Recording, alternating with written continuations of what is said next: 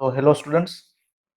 Today in this session, we will learn about linear and angular measurements. તો હવે આપણા જે સેશન રહેશે એમાં અલગ અલગ ઇક્વિપમેન્ટ્સ ઇન્સ્ટ્રુમેન્ટ વિશે આપણે શીખવાનું છે, બરાબર? તો એ જે ઇન્સ્ટ્રુમેન્ટ જે છે એ લિનિયર મેઝરમેન્ટ ઇન્સ્ટ્રુમેન્ટ અને એંગ્યુલર મેઝરિંગ ઇન્સ્ટ્રુમેન્ટ વિશે આપણે લર્ન કરશું. So first we will learn about linear measuring instrument. Linear એટલે કે એ એવા ઇન્સ્ટ્રુમેન્ટ છે કે જે લેન્થ, વિડ્થ, હાઇટ, ડેપ્થ, બરાબર, ઓબ્જેક્ટની આ ટાઈપની જે કેરેક્ટરિસ્ટિક્સ હોય એ મેઝર કરે. તો એવા ઇક્વિપમેન્ટને કહેવાય લિનિયર મેઝરિંગ ઇન્સ્ટ્રુમેન્ટ. તો જે લિનિયર મેઝરિંગ ઇન્સ્ટ્રુમેન્ટ છે એ કઈ ટાઈપના હોઈ શકે? તો vernier callipers, micrometer, height gauge, depth gauge. તો આ બધા જે ઇક્વિપમેન્ટ છે એનાથી આપણે લિનિયર મેઝરિંગ ક્વોન્ટિટી જે છે એ માપી શકીએ, જેમ કે લેન્થ, વિડ્થ, હાઇટ, ડેપ્થ, બરાબર, એ રીતે. અને પછી જે આવશે એ આવશે એંગ્યુલર મેઝરિંગ ઇન્સ્ટ્રુમેન્ટ. તો એંગલ માપી શકીએ આપણે ઇન્સ્ટ્રુમેન્ટથી. તો જે એવા ઇન્સ્ટ્રુમેન્ટ હશે એ છે sine bar, bevel protractor, combination set, angle plate, spirit level, clinometers, autoclinometer and angle taker. તો આ બધા જે ઇક્વિપમેન્ટ જે છે એવા બધા ઇક્વિપમેન્ટથી એંગલ માપી શકાય છે. અને એ એંગલ જે છે એ બહુ જ એક્યુરેટ એંગલ માપી શકીએ છીએ આપણે, બરોબર. અત્યાર સુધી આપણે જે એંગલ માપીએ છીએ, બરોબર, એ અત્યારે તમે જે ડ્રોઈંગ ડ્રો કરતા હતા એમાંથી એંગલ જે માપતા હતા એમાં ખાલી પ્રોટ્રેક્ટરથી માપતા હતા, બરોબર. સાદું કોણ માપકથી એંગલ માપી અને તમે અલગ અલગ ડ્રોઈંગ બનાવતા હતા.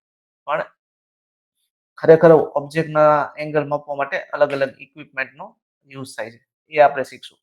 તો આજના સેશનમાં આપણે લિનિયર મેઝરિંગ ઇન્સ્ટ્રુમેન્ટ જે છે એના વિશે આપણે ભણવાનું છે. તો સૌથી પહેલું જે છે એ ઇક્વિપમેન્ટ છે વર્નિયર કેલિપર. તો તમે કદાચ આ વર્નિયર કેલિપર જે ઇન્સ્ટ્રુમેન્ટ છે એ કદાચ જોયું જ હશે, બરાબર. તમે આની ઉપર કદાચ પ્રેક્ટિકલ પણ કરેલો હોઈ શકે. તેમ છતાં આપણે જો રિપીટ થતું હોય તો રિપીટ પણ કરશું. તો આ જે ડ્રોઈંગ તમને જે દેખાય છે, બરાબર, એ છે વર્નિયર કેલિપરનું ડ્રોઈંગ, બરાબર. તો આની અંદર અલગ અલગ નોમેનક્લેચર્સ કર્યા છે. તેમાં સૌથી પહેલા તમે જોશો તો આ લખ્યું છે ફિક્સ જો, બરાબર. ફિક્સ જો એટલે જડબું, બરાબર. અને એ ફિક્સ છે એટલે કે આ જે કેલિપરની જે પાર્ટ છે, બરાબર, એ ફિક્સ રહેશે.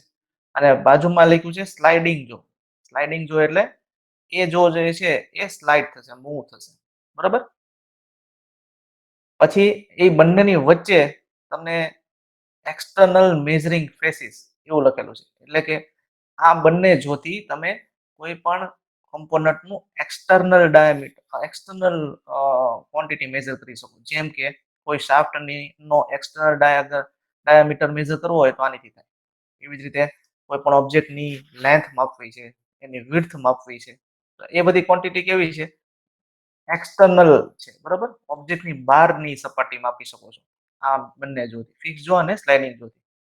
પછી એ જ રીતે ઉપર જ્યાં લખ્યું છે એમાં લખ્યું છે ઇન્ટરનલ મેઝરિંગ ફેસિસ. તો જે આ જે ફેસિસ છે એ ઇન્ટરનલ ક્વોન્ટિટી મેઝર કરે. જેમ કે કોઈ કમ્પોનન્ટ હોય એનો ઇન્ટરનલ ડાયામીટર માપવો હોય, અંદરનો વ્યાસ. એ જ રીતે કોઈ પણ સ્લોટ માપવો હશે, બરાબર. તો એ ઇન્ટરનલ ફેસ કોઈ પણ ઓબ્જેક્ટની માપવા માટે આ ઇન્ટરનલ મેઝરિંગ ફેસિસનો ઉપયોગ થાય છે. એમાં પણ જે તમને લેફ્ટ સાઈડની જે ફેસ દેખાય છે એ ફિક્સ રહેશે અને જે રાઈટ સાઈડની જે ફેસ છે એ સ્લાઇડ કરી શકશો આપણે. એટલે એક જો ફિક્સ રહેશે, બીજો જો સ્લાઇડ થશે, બરાબર. પછી ઉપર જે લખ્યું છે એ છે લોકિંગ સ્ક્રૂ. લોકિંગ સ્ક્રૂ એટલે તમે કોઈ પણ જ્યારે તમે વર્નિયર કેલિપરને આમ મૂવ કરશો રાઈટ સાઈડ, બરાબર, અને કોઈ ફેસ તમે માપો છો તો એ માપ્યા પછી એને તમે લોક કરી શકો, બરાબર. માપ્યા પછી એને લોક કરી શકો જેથી કરીને તમારું જે રીડિંગ છે એ બદલાઈ ના જાય, બરાબર. એટલે એ સ્ક્રૂથી તમે વર્નિયર કેલિપરને લોક કરી શકો. પછી નીચે તમે દેખાય છે મેઇન સ્કેલ અથવા તો ફિક્સ સ્કેલ દેખાય છે, બરાબર. તો તો એમાં 0, 10, 20, 30, 40, 50, 60 આવા તમને વેલ્યુ દેખાય છે. તો એ મેઇન સ્કેલ છે. બરાબર છે? એ 200 સુધીના આવશે. બરાબર? એટલે એની જે કેપેસિટી છે એ 200 મિલીમીટર માપી શકે એટલી હોય છે વર્નિયર કેલિપર. બરાબર? તો આ 0 થી 10 છે તો એ 10 મિલીમીટર છે, 20 મિલીમીટર, 30 મિલીમીટર એ રીતે મેઇન સ્કેલ ઉપર રીડિંગ આપેલા છે. અને નીચે જે છે બરાબર એ વર્નિયર સ્કેલ આપેલો છે. બરાબર? એ વર્નિયર સ્કેલ આપેલો છે. જે મેઇન સ્કેલ છે એ ફિક્સ રહેશે. મેઇન સ્કેલ છે એ બ્લેડ ઉપર ફિક્સ રહેશે. જ્યારે આ મૂવેબલ સ્કેલ છે વર્નિયર સ્કેલ એ આ સ્લાઇડિંગ જો જે રીતે મૂવ થશે એની સાથે પણ એ મૂવ થશે કારણ કે એ સ્લાઇડિંગ જો સાથે એટેચ છે. બરાબર? એટલે એ રીતે મૂવ થશે. અને બાજુમાં આપ્યું છે ફાઇન એડજસ્ટમેન્ટ. બરાબર? તો ફાઇન એડજસ્ટમેન્ટ કરીને પણ તમે રીડિંગ છે એ મેચ કરી શકો, લઈ શકો અને પછી લોકિંગ સ્ક્રૂથી એ રીડિંગને લોક કરી શકો. પાછળ જે આપ્યું છે જે પાતળી પટ્ટી જેવું દેખાય છે એ છે ડેપ્થ મેઝરિંગ બ્લેડ. એટલે આ કમ્પોનન્ટથી આ ઓબ્જેક્ટની ડેપ્થ માપી શકાય. કોઈ સિલિન્ડર હોય, સિલિન્ડરની અંદર હોલ કરેલું છે. તો એ હોલ કેટલું ઊંડું છે એ માપવા માટે તમે આ ડેપ્થ મેઝરિંગ બ્લેડનો પણ ઉપયોગ કરી શકો. તો ઇન શોર્ટ આ ઇક્વિપમેન્ટથી તમે કોઈ પણ ઓબ્જેક્ટનો એક્સટર્નલ ફેસિસ મેઝર કરી શકો, કોઈ પણ ઓબ્જેક્ટનો ઇન્ટરનલ ફેસિસ મેઝર કરી શકો અને ડેપ્થ પણ મેઝર કરી શકો. એટલે આ મલ્ટીપર્પઝ ઇન્સ્ટ્રુમેન્ટ છે. બરોબર? અને આ જે બધી જ એક્સટર્નલ, ઇન્ટરનલ, ડેપ્થ જે છે એ લિનિયર છે. બરોબર? એટલે લિનિયર મેઝરમેન્ટ તમે વર્નિયર કેલિપરથી કરી શકો. હું તમને આ જે બધા ઇક્વિપમેન્ટ છે એનો જે સ્કેચ છે એ સમજાવીશ. સાથે સાથે એના પ્રિકોશન્સ ને એનું વર્કિંગ કન્સ્ટ્રક્શન એ બધું સમજાવીશ. અને હું ગૂગલ ક્લાસરૂમમાં આ વિડીયો તો અપલોડ કરવાનો જ છું. સાથે સાથે આ જેટલા ઇન્સ્ટ્રુમેન્ટ છે એને રિલેટેડ સારો વિડીયો પણ હું તમને ગૂગલ ક્લાસરૂમમાં મૂકીશ. એટલે એ વિડીયો જોશો તો તમને ખરેખર ખ્યાલ આવશે કે આ ઇક્વિપમેન્ટ કેવું હોય, એના રીડિંગ કઈ રીતે લેવાય, એ બધું જે વિડીયોમાં સરસ શીખવાડેલું હશે. અને વિડીયો બહુ નાનો હશે. બરોબર? એટલે કે એ વિડીયોની લેન્થ બહુ વધારે નહીં હોય એટલે તમે ઇઝીલી આ દરેક ઇક્વિપમેન્ટ છે એ શીખી શકશો. બરોબર છે? હું ગૂગલ ક્લાસરૂમમાં એ વિડીયોની લિંક પણ હું મૂકીશ. બરોબર? સારા વિડીયોની, જેથી કરીને તમે ઇઝીલી સમજી શકો ઇક્વિપમેન્ટને. અત્યારના આપણે એનું નોર્મલ કન્સ્ટ્રક્શન વર્કિંગ છે એ શીખશું. ઓકે. હવે નેક્સ્ટ છે least count of vernier calliper. Least count એટલે કે વર્નિયર કેલિપરથી નાનામાં નાનું માપ કેટલું માપી શકાય? નાનામાં નાનું માપ જે માપી શકાય એને કહેવાય લીસ્ટ કાઉન્ટ. લીસ્ટ કાઉન્ટ કઈ રીતે કેલ્ક્યુલેટ થાય? It is the ratio of value of minimum division on the main scale to number of division on vernier scale. હવે તમે જોશો આ નંબર ઓફ મેઇન સ્કેલ જે દેખાય છે, બરોબર? તો મેઇન સ્કેલ ઉપર નાનામાં નાનું માપ કેટલું માપી શકાય? તો કે 1 મિલીમીટર છે. આ 0 થી 10 છે તો એ 10 મિલીમીટર છે. આ સિમ્પલ આપણું સેટ સ્ક્વેર છે એ એવું સમજી લો તમે. બરાબર? સિમ્પલ સ્કેલ, સિમ્પલ ફૂટ પટ્ટીમાં આ જ રીતે આપ્યું છે. તો એમાં શું લખ્યું છે? It is the ratio of value of minimum division on the main scale. Main scale ઉપર નાનામાં નાનું માપ કેટલું માપી શકીએ? 1 millimetre divided by number of division on vernier scale. તો આ વર્નિયર સ્કેલ ઉપર જે ડિવિઝન કર્યા હશે એ 50 ડિવિઝન હશે. બરાબર? વર્નિયર સ્કેલ ઉપર આવા 50 કાપા હશે. રાઈટ? તો એનો રેશિયો થાય 1/50. તો 1/50 એટલે એની વેલ્યુ આવશે 0.02 મિલીમીટર. રાઈટ? એટલે કે વર્નિયર કેલિપરથી 0.02 મિલીમીટર સુધી નાનામાં નાનું માપ માપી શકીએ. એટલે તમે વર્નિયર કેલિપરથી સપોઝ 40.02 માપી શકો, 40.04 માપી શકો, 40.06 માપી શકો, 40.08 માપી શકો. બરોબર? પણ વર્નિયર કેલિપરથી તમે 40.01 નો માપી શકો. સમજાય છે? કારણ કે નાનામાં નાનું માપ છે એ 0.02 મિલીમીટર માપી શકીએ છીએ. રાઈટ? એટલે you can not measure below 0.02 reading. Right? Now કન્સ્ટ્રક્શનમાં શું આવશે? It consist of two scales as one is fixed called main scale and other movable called vernier scale. બે સ્કેલ છે એ આપણે ઓલરેડી જોઈ ગયા. એક ફિક્સ સ્કેલ છે, એક મૂવેબલ સ્કેલ છે. Main scale is calibrated on L-shaped frame and integral with fixed jaw. આ મેઇન સ્કેલ જે છે બરાબર એ એલ શેપ નું તમને લાગે છે જુઓ આ રીતે આમ એલ શેપ અને ઇન્ટિગ્રેટેડ કોની સાથે છે ફિક્સ જો સાથે ઇન્ટિગ્રેટેડ છે એક આખો પાર્ટ હશે. The vernier scale is calibrated on sliding jaw which slides over the main scale. એટલે આ મેઇન સ્કેલ ઉપર છે વર્નિયર સ્કેલ છે સ્લાઇડ થશે. Okay. Then for precise setting of movable jaw an adjustment screw is provided with movable jaw. એટલે આ movable જો છે એ આ ફાઇન એડજસ્ટમેન્ટ સ્ક્રૂ છે એમાં પ્રોવાઈડ કરેલું છે બરોબર પ્રિસાઇઝ મેઝરમેન્ટ માટે. Locking screw locks the sliding scale with the fixed main scale. એટલે તમે કોઈ પણ ક્વોન્ટિટીને મેઝર કર્યા પછી એને લોક કરી શકો એ રીડિંગને જેથી કરીને એ રીડિંગ હલી ન જાય અને તમે એક્યુરેટ છે એ રીડિંગ વાંચી શકો. તો this is all about construction. Now working. તો આનાથી શું થાય તો કે આઉટસાઇડ જો આઉટસાઇડ જો છે એ શું કરશે આઉટસાઇડ જો બરાબર આઉટસાઇડ જો એટલે use to measure external diameter or width of N object. એટલે આઉટસાઇડ જો છે આલા બહારની બાજુના બરાબર એક્સટર્નલ ફેસીસ જેને કહીએ આ મોટા જે ફિક્સ જો સ્લાઇડિંગ જો છે એ એક્સટર્નલ ફેસીસ મેઝર કરી શકે. એ જ રીતે ઇનસાઇડ જો છે તો ઇનસાઇડ જો use to measure internal diameter of N object. એટલે આ ઉપરનું જે દેખાય છે ઇન્ટરનલ મેઝરિંગ ફેસીસ છે ઇટ ઇઝ કોલ્ડ ઇનસાઇડ જો બરાબર તેનાથી ઇન્ટરનલ ડાયામીટર તમે માપી શકો.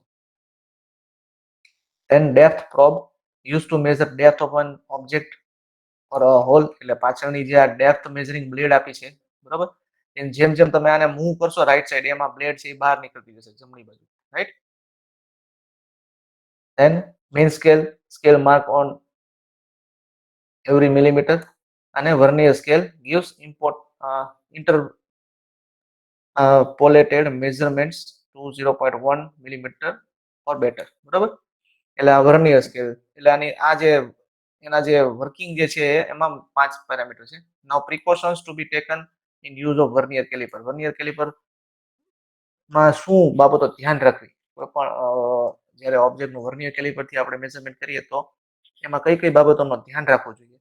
તો no play should be there between sliding and fix jaw. એટલે કે ફિક્સ જો ને સ્લાઇડિંગ જો છે એની વચ્ચે જગ્યા ન હોવી જોઈએ. તમે આમ એને બંધ કરો ક્લોઝ કરો બંને જોને પછી તમે આમ પ્રકાશમાં એને રાખો તો એ પ્રકાશમાં રાખો તો એની વચ્ચેથી પ્રકાશ પસાર ન થવો જોઈએ બરોબર. એટલે એની વચ્ચે જગ્યા ન હોવી જોઈએ રાઈટ. એટલે ક્લે ન હોવો જોઈએ. It must be properly balance in hand and held lightly the sliding જો થ્રુ એડજસ્ટિંગ સ્ક્રૂ. એટલે હાથમાં પ્રોપરલી પકડાવવું જોઈએ બરોબર. આ બધા ઇક્વિપમેન્ટ છે એ બહુ ડેલિકેટેડ હોય જો તમારા હાથમાંથી પડે બરોબર તો એ ડેમેજ થવાની પૂરેપૂરી શક્યતા છે બરોબર છે. એટલે એ તમારા હાથમાં એકદમ પ્રોપરલી બેલેન્સ હોવું જોઈએ સરસ રીતે પકડવું પડે એને. While measuring outside diameter be sure that the caliper bar and plane of caliper jaws are truly perpendicular to the workpiece. એટલે આ જે એક્ઝેક્ટ છે એને વર્કપીસ ની સાથે જે કેલિપર છે એકદમ 90 ડિગ્રી રહેવું જોઈએ બરોબર. ત્રાસું રાખીને મેઝર કરો તો એરર આવે રાઈટ. એકદમ પરફેક્ટલી એના જો છે એ ફેસ ઉપર ફિક્સ થવા જોઈએ ઓબ્જેક્ટની જેથી કરીને તમે રીડિંગ છે એ પ્રોપર આવે. It should be free from dust chips and oil. એટલે તમારે જે આ કેલિપરને છે ડસ્ટ ફ્રી રાખવું જોઈએ. ઓઇલ પણ એની ઉપર ના લાગવું જોઈએ. ચિપ્સ પણ એની ઉપર ના લાગવી જોઈએ બરોબર. તો આ બધા કેર તમારે રાખવી જોઈએ જ્યારે આ ઇક્વિપમેન્ટ તમે યુઝ કરતા હો ત્યારે. Errors in vernier calliper. Error કેવી આવે due to play between the sliding jaw and fix jaw right. એટલે એરર ક્યારે આવે કે જ્યારે તમે આ ઇક્વિપમેન્ટ થી હજારો પાર્ટ મેઝર કર્યા હોય તો પછી શું થાય આ જે ફેસ જે છે આ બંને જોની એ ઘસાતી જાય કારણ કે આનો આ જે કેલિપર છે એનો ઓબ્જેક્ટ સાથે ડાયરેક્ટ કોન્ટેક્ટ થતો હોય બરોબર. જેમ જેમ તમે ઇવન ધો આ જે વર્નિયર કેલિપર છે એ એકદમ વિયર રેઝિસ્ટન્સ મટીરિયલ થી બનેલું હોય બરોબર.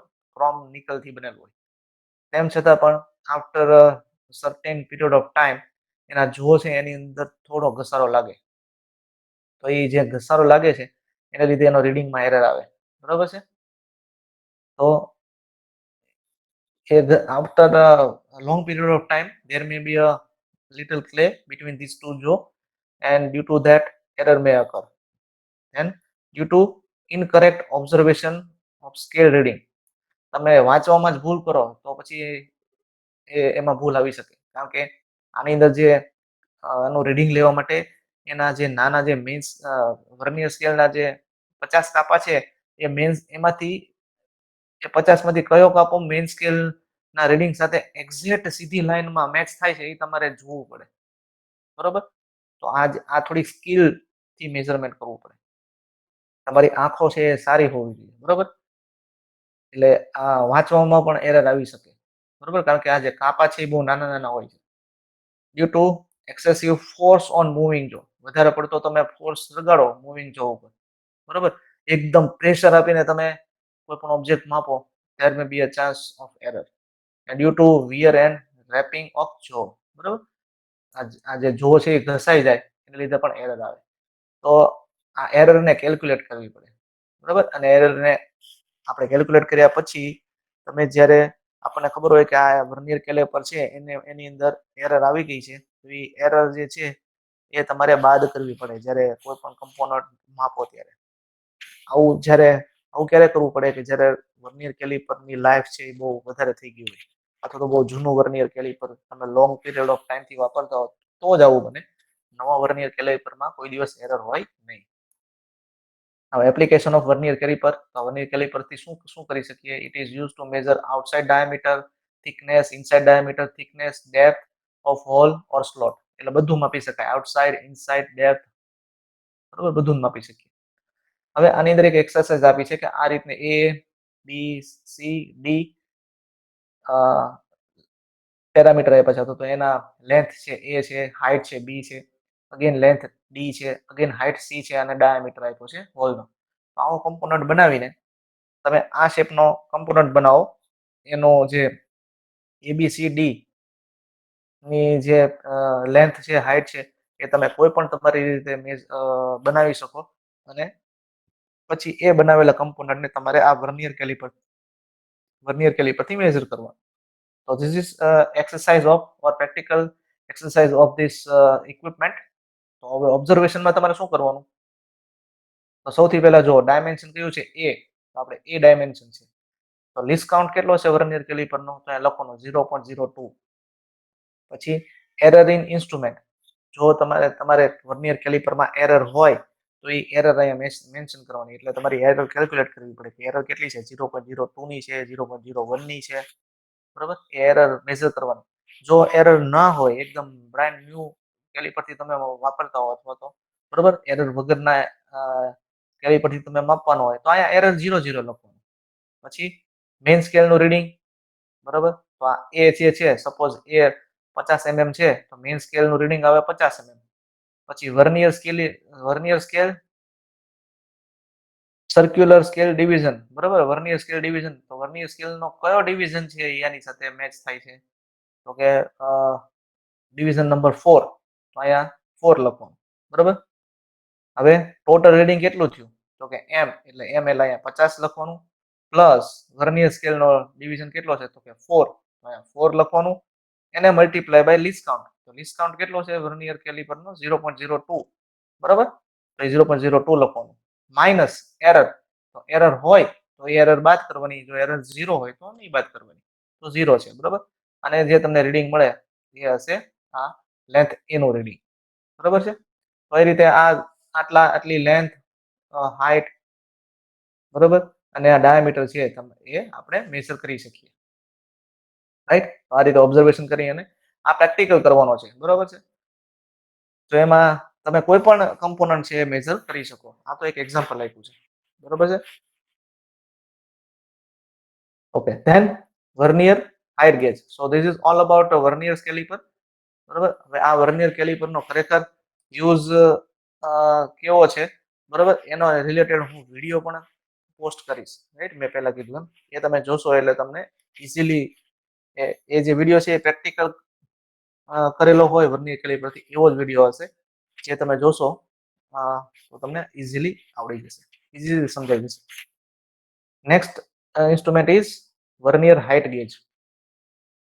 તો આ તમે જોશો આ ઇક્વિપમેન્ટ છે એ વર્નિયર હાઇટ ગેજ છે, બરાબર, જેની અંદર તમે કોઈ પણ ઓબ્જેક્ટની હાઇટ મેઝર કરી શકો. પ્લસ આ વર્નિયર હાઇટ ગેજથી તમે ઓબ્જેક્ટની અંદર માર્કિંગ પણ કરી શકો. માર્કિંગ એટલે કોઈ પણ ઓબ્જેક્ટમાં તમારે એક્ઝેક્ટ સપોઝ એની ફેસથી સપોઝ 30.02 એવી હાઇટ ઉપર માર્કિંગ કરવું છે, એટલે કે લાઈન દોરવી છે, તો તમે અહીંયા જે એનો સ્લાઇડિંગ જો આપ્યો છે એ સ્લાઇડિંગ ઝોનની જે એજ હશે ને એકદમ શાર્પ હોય. એ શાર્પ એજ એકદમ હાર્ડન કરેલી હોય અને હાર્ડન કરેલી એજ સાથે તમે આ ઓબ્જેક્ટ ઉપર આમ એને સ્ક્રેચ કરીને ઓબ્જેક્ટ ઉપર માર્કિંગ કરી શકો. તો આ વર્નિયર હાઇટ ગેજના બે ઉપયોગ છે. તમે કોઈ પણ ઓબ્જેક્ટની હાઇટ પણ માપી શકો અને ઓબ્જેક્ટમાં રિક્વાયર્ડ હાઇટ ઉપર તમે માર્કિંગ પણ કરી શકો. તો આ એનો સ્કેચ છે વર્નિયર હાઇટ ગેજનો, જેમાં વર્કપીસ દેખાડેલો છે. આ જે હેચિંગ પેટર્ન છે વર્કપીસ દેખાડેલો છે અને વર્કપીસની હાઇટ ટુ મેઝર, જે વર્કપીસની હાઇટ છે એ મેઝર કરે છે અહીંથી, બરાબર. પછી જે એની ઉપર છે સ્ક્રાઇબિંગ જો આપ્યો છે. સ્ક્રાઇબ એટલે સ્ક્રેચ કરવું, બરાબર. તો એ મેં તમને કીધું એમ આનીથી તમે માર્કિંગ પણ કરી શકો પ્લસ હાઇટ પણ મેઝર કરી શકો. એટલા માટે એનું નામ છે સ્ક્રાઇબિંગ જો, રાઈટ. ધેન બકેટ, એની ઉપર સ્ક્રાઇબિંગ જોને વર્નિયર સ્કેલ સાથે જોડે છે એ બકેટ. ધેન ક્લેમ્પિંગ સ્ક્રૂ, બરાબર, એનીથી તમે હાઇટ છે એ ક્લેમ્પ કરી શકો. જો આમાં શું કરવાનું, આ જે કમ્પોનન્ટને સરફેસ પ્લેટ ઉપર મૂકવાનો અને આ હાઇટ ગેજને સરફેસ પ્લેટ ઉપર મૂકવાનો, પછી ઉપરથી આ જે સ્લાઇડ કરવાનું નીચે, અને અહીંયા જે હાઇટ આવી જાય, બરાબર, એ હાઇટ મીન્સ આ ઓબ્જેક્ટ સાથે સ્ક્રાઇબિંગ જો ટચ થઈ જાય પછી આ બંને લોકિંગ સ્ક્રૂ જે છે લોક કરી દેવાના, બરાબર. એ લોક કરી દેશો એટલે તમને અહીંયા ઇઝીલી રીડિંગ વાંચી શકો. ધેન વર્ટિકલ બાર છે એની ઉપર મેઇન સ્કેલ જે છે એ માર્ક કરેલો છે. Then fine adjustment screw, again fine adjustment screw આપેલો છે કે જેથી તમે એકદમ ફાઇન એડજસ્ટમેન્ટ સ્ક્રૂથી તમે એને રોટેટ એ સ્ક્રૂ ફેરવો તમે તો જે આ જે મેઇન જેનો સ્લાઇડિંગ બાર જે છે એ એકદમ ધીમે ધીમે ઉપર નીચે થશે, બરાબર, માઇનોટલી લેન્થમાં. એટલા માટે એને ફાઇન એડજસ્ટમેન્ટ સ્ક્રૂ કહેવાય.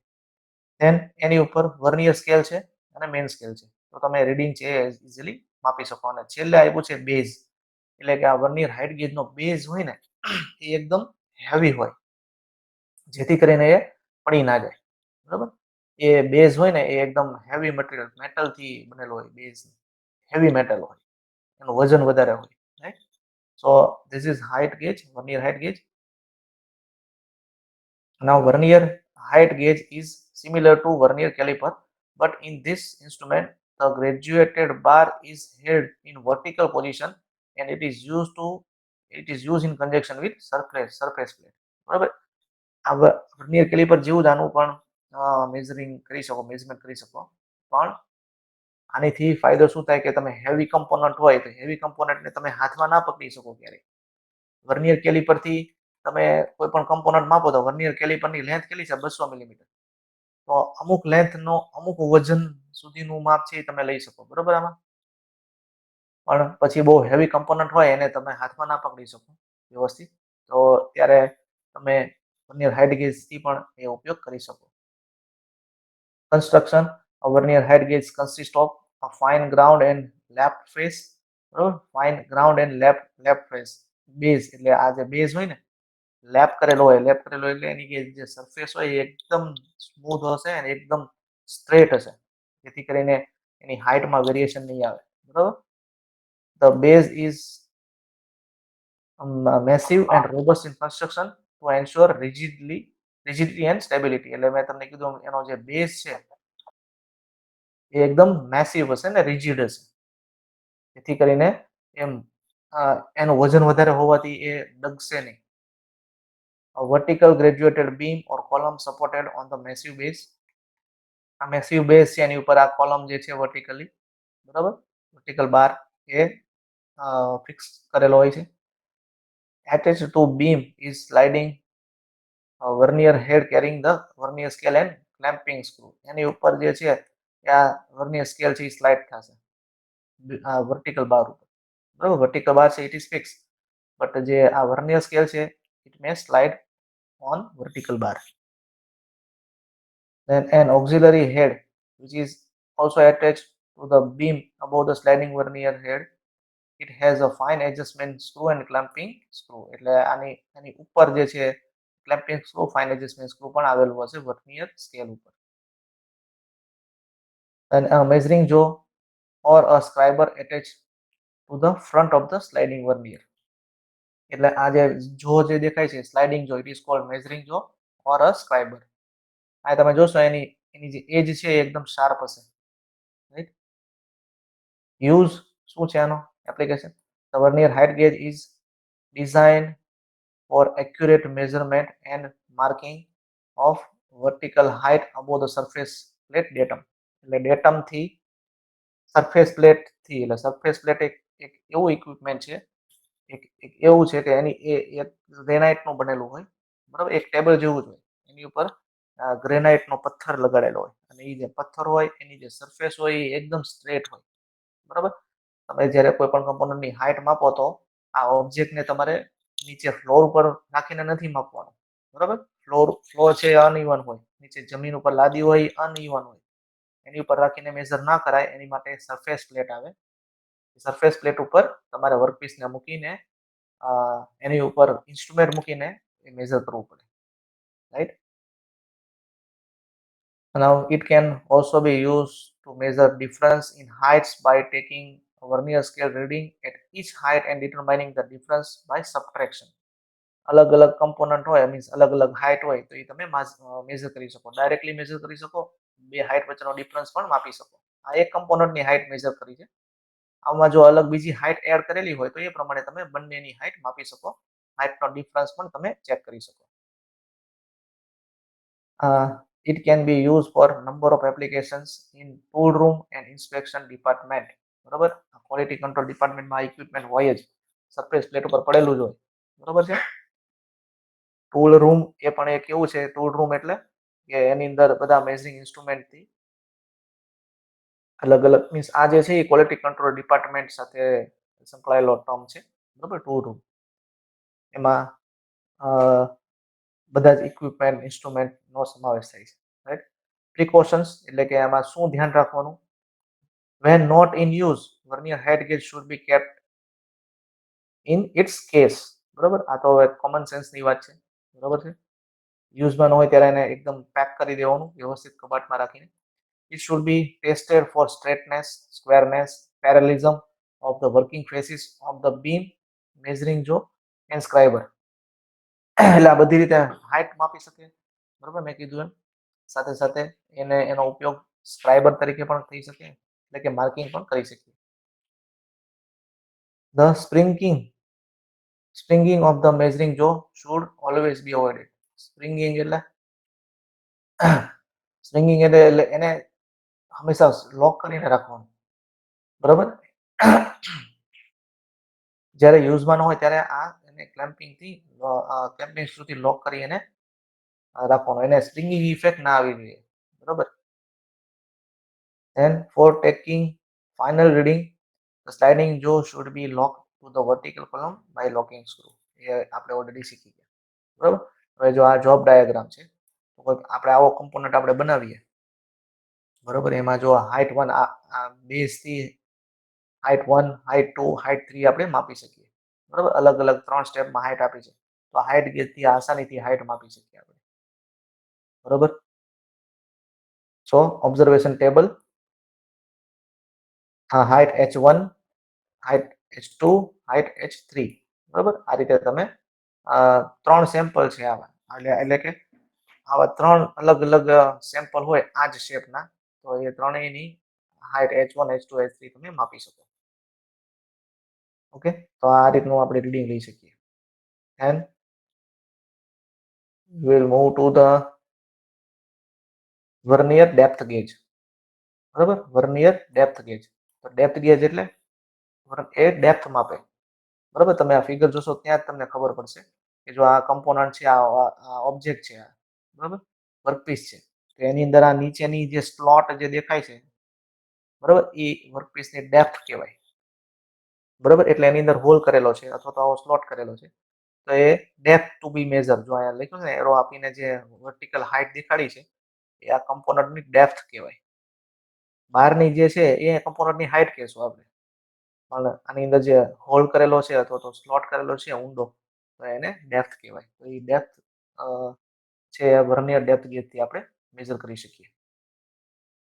ઓકે, સો એના કન્સ્ટ્રક્શનમાં જોઈએ, મૂવેબલ હેડ છે, બરોબર. અગેન જે રીતે હાઈટ ગેજમાં આપ્યું છે, આ જે મૂવેબલ હેડ છે એ આ મેઇન સ્કેલ ઉપર મૂવ થશે ઉપર નીચે. Again there is a clamping screw, fine adjustment screw as per vernier height gauge, right. It is vernier scale, એટલે વર્નિયર સ્કેલ અને મેઇન સ્કેલના રીડિંગ ઉપરથી તમે એક્ઝેક્ટ હાઈટ મેઝર કરી શકો. અને આનો પણ લીસ્ટ કાઉન્ટ છે વર્નિયર હાઈટ ગેજ અને વર્નિયર ડેપ્થ ગેજનો લીસ્ટ કાઉન્ટ પણ 0.02 મિલીમીટર જ છે, right. It is as similar as vernier calliper. તો આ રીતે આપણે આ બહુ સિમ્પલ ફિગર છે અને સમજી શકાય એવી છે. અહીંયા તમે જોશો આ ઉપર નીચે એરો દેખાડ્યો છે, એનો અર્થ એવો થાય છે કે આ જે મૂવેબલ હેડ છે it may be move, it can move over the main scale, right, on the main scale. અને એની લિમિટ પણ 200 મિલીમીટરની આપી છે, બરોબર. 200 મિલીમીટર સુધીમાં હાઈટ માપી શકીએ, પણ 200 મિલીમીટર સુધીમાં ડેપ્થ માપી શકીએ, રાઈટ. તો આ છે વર્નિયર ડેપ્થ ગેજ. તો એના કન્સ્ટ્રક્શનમાં જોઈએ, it is very easy. It consist of vernier scale and main scale, right. Vernier scale અને મેઇન સ્કેલથી બનેલો છે. The vernier scale is graduated to the main body of the depth gauge, બરાબર. આ main body ઉપર છે એ main scale છે એ mark કરેલો છે. The main scale is graduated on the long blade and on which sliding head of vernier slides, એટલે કે આ જે સ્લાઇડિંગ હેડ છે જેને કે આપણે વર્નિયર સ્કેલ પણ કહીએ છીએ, it may slide over the main scale. And the gauge also has a fine adjustment and locking screw, બરાબર છે. લોક કરવા માટે લોકિંગ સ્ક્રૂ છે, ફાઇન એડજસ્ટમેન્ટ કરવા માટે. ફાઇન એટલે બહુ જ નાનું, બરાબર. ફાઇન નો અર્થ તમારે સરસ નથી લેવાનો, બટ ફાઇન મીન્સ બહુ જ બારીક બારીક મૂવમેન્ટ કરવા માટે ફાઇન એડજસ્ટમેન્ટ સ્ક્રૂનો ઉપયોગ થાય. એપ્લિકેશન એટલે કે ઉપયોગ, it is used for measuring depth of hole, slot, recess, distance from plane surface to a projection. એટલે ડેપ્થ માપવા માટે થાય છે. હોલની ડેપ્થ હોય, સ્લોટની ડેપ્થ હોય, રિસેસની હોય. રિસેસ એટલે ખાંચો, સ્લોટ એટલે પણ ખાંચો, બરાબર. રાઈટ, તો આ રીતે ડેપ્થ માપી શકીએ આપણે.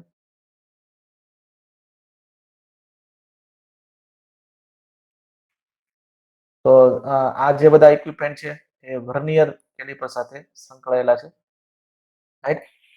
તો એટલા માટે દરેકમાં વર્નિયર વર્ડ છે એ યુઝ થયો છે. સૌથી પહેલું છે વર્નિયર કેલિપર, પછી છે વર્નિયર હાઈટ ગેજ, પછી છે વર્નિયર ડેપ્થ ગેજ, રાઈટ.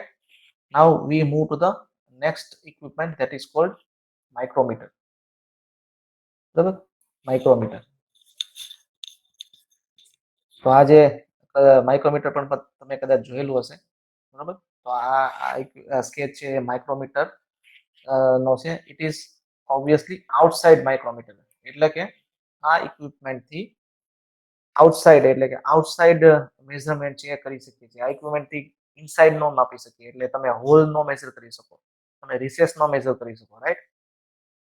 તમે ઓબ્જેક્ટનું બહારનું મેઝરમેન્ટ જ કરી શકો, એક્સટર્નલ મેઝરમેન્ટ જ કરી શકો. That's why it is called outside measurement, outside micrometer, right. તો એમાં આ યુ શેપ જેવો જે શેપ દેખાય છે, it is cold you shape frame, બરાબર. પછી અહીંયા યુ શેપ ફ્રેમમાં લેફ્ટ સાઈડ જે છે ઇટ ઇઝ કોલ્ડ એનવિલ. એનવિલ એટલે ત્યાં આગળ એવું સિલિન્ડર હોય જે યુ શેપ ફ્રેમ સાથે ફિક્સ હોય, રાઈટ. પછી છે અહીંયા જે દેખાય છે સ્પિન્ડલ.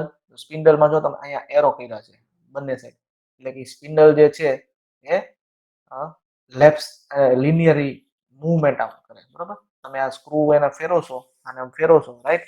રેચેટ ફેરવશો, થિમ્બલ ફેરવશો, એટલે એ જે છે એ લેફ્ટ રાઈટ મૂવમેન્ટ એની થશે, ઓકે.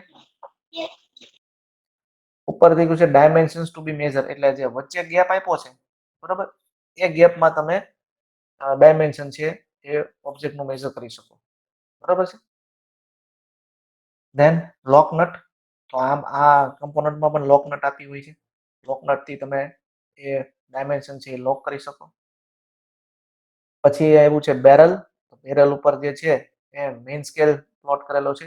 જો બેરલ એમાં એમાં તમે જોશો તો અહીંયા આ જો 0 થી 10 લખ્યું છે, બરોબર? એટલે કે 0 પછી 1 2 3 4 5 6 7 8 9 10 એટલે 10 મિલીમીટર થયું.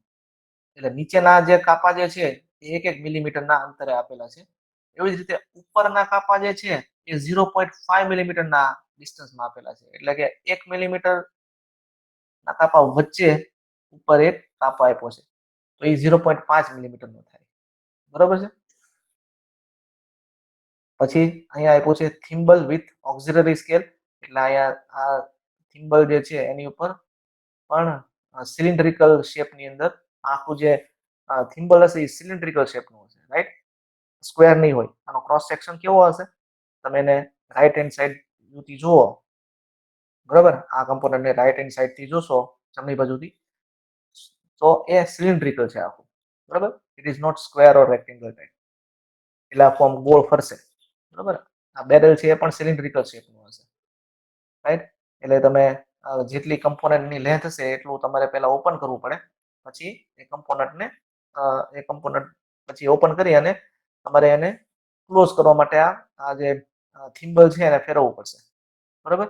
હવે એક સમય એવો આવશે કે અહીંયા આગળ જે છે એ સ્પિન્ડલ છે એ ઓબ્જેક્ટની સાથે ટચ થઈ જશે. પણ તમારે કેટલું પ્રેશર રાખવું?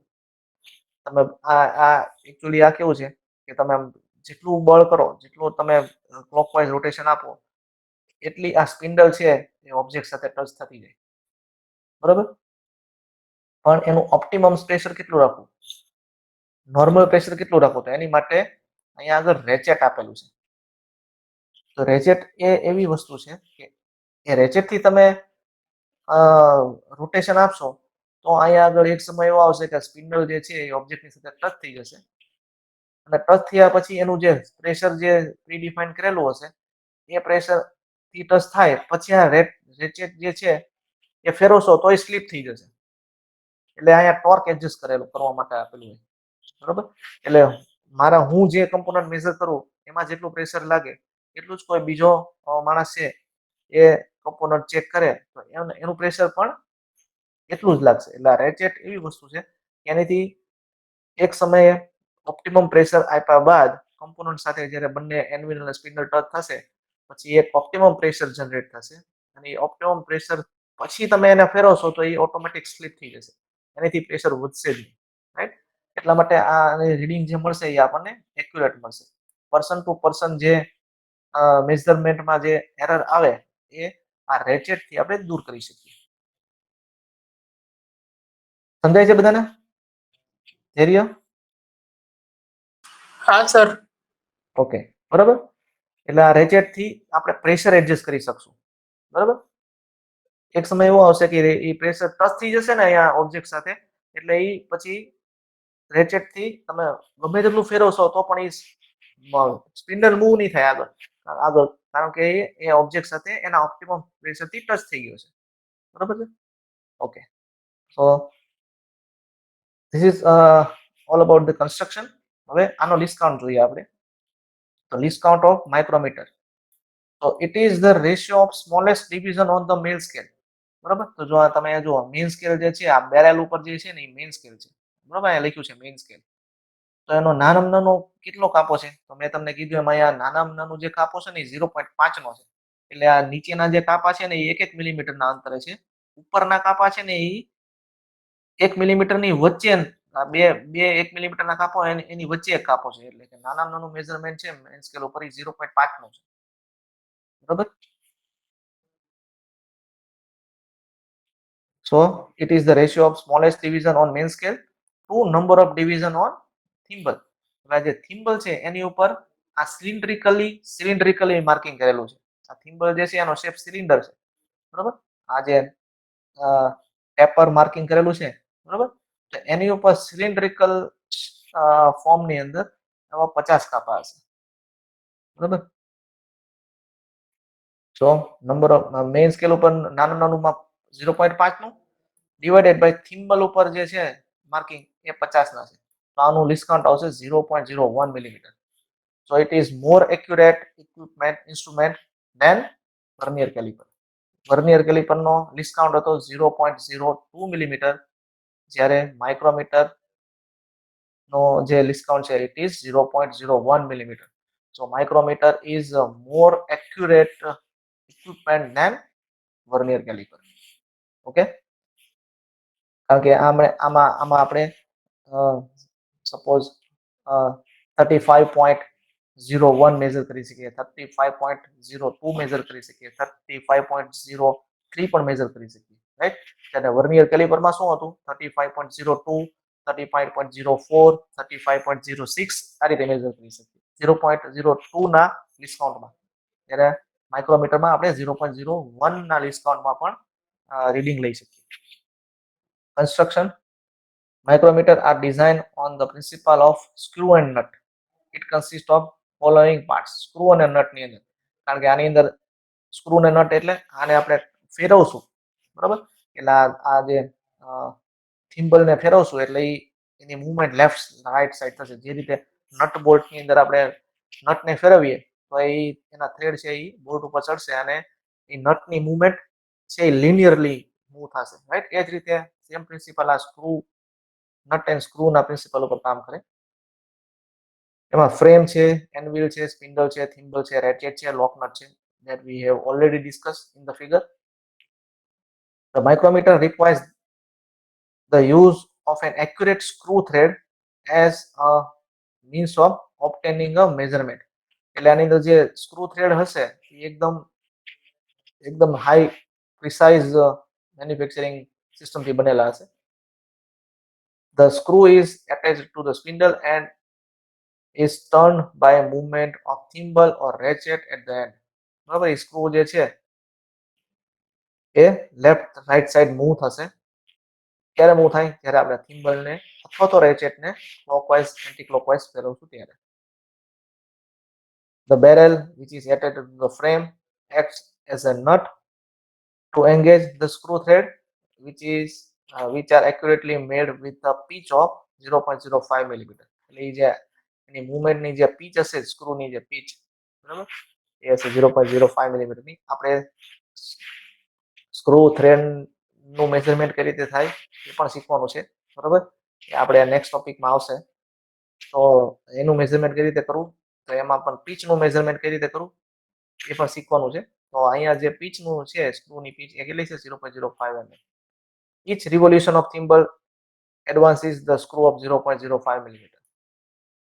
એટલે એક રિવોલ્યુશન તમે થિમ્બલનું કરો તો 0.05 મિલીમીટર છે એની મૂવમેન્ટ થાય linearly, right. On the barrel, a datum line is graduated with two sets of division marks. એટલે બે રાઈટ, અહીંયા two sets of division mark તમે જોશો બેરલ ઉપર, બરાબર. એટલે આપણે જ્યારે રીડિંગ લેવાનું હોય ત્યારે આ મેઇન સ્કેલ કેટલું લિનિયર કેટલું છે અને આ થિમ્બલ ઉપરના નો જે કાપો છે એ કેટલો, એ કાપો આ હોરિઝોન્ટલ લાઈન સાથે જે મેચ થાય છે, બરાબર. હોરિઝોન્ટલ લાઈન જે દેખાય છે એની સાથે આ થિમ્બલનો કેટલામો કાપો મેચ થાય છે એ તમે જોશો, વાંચશો, મેચ કરશો એટલે તમને રીડિંગ મળે. The set below the datum line reads in millimeters and the set above the lines reads in half millimeter. એટલે મેં તમને કીધું ને આ નીચેની આ રેફરન્સ લાઈન જે છે, બરાબર, એની નીચે છે 1 મિલીમીટર છે, એની ઉપર છે 1/2 મિલીમીટર છે, 0.5 મિલીમીટર છે.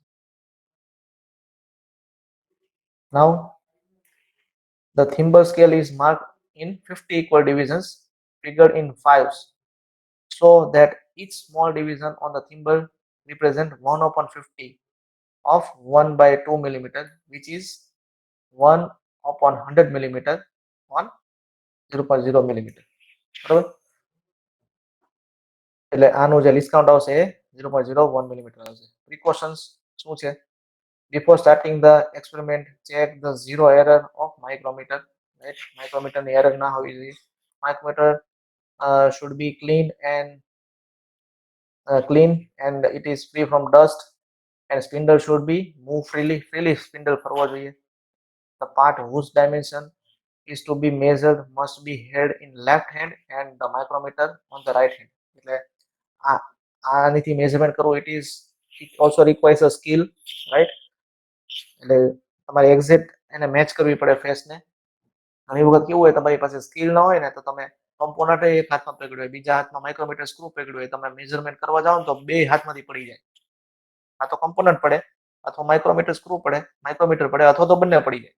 એટલે જો આ બધા બહુ ડેલિકેટેડ ઇક્વિપમેન્ટ આવે, જો એ હાથમાંથી પડે તો there may be 100% chance to damage, right? એટલે એને ખાસ ધ્યાન રાખવાનું, હાથમાંથી પડવા ન જોઈએ. While measuring dimension of circular part, the micrometer must be moved carefully over a representative arc so as to not maximum dimension only.